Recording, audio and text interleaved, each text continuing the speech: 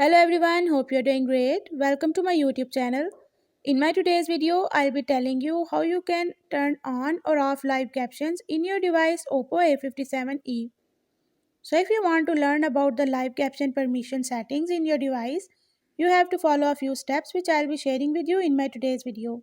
But before that, hit the red subscribe button and the bell icon to stay updated. Now watch this complete video and you will learn all about the live caption permissions in your device Oppo A57e.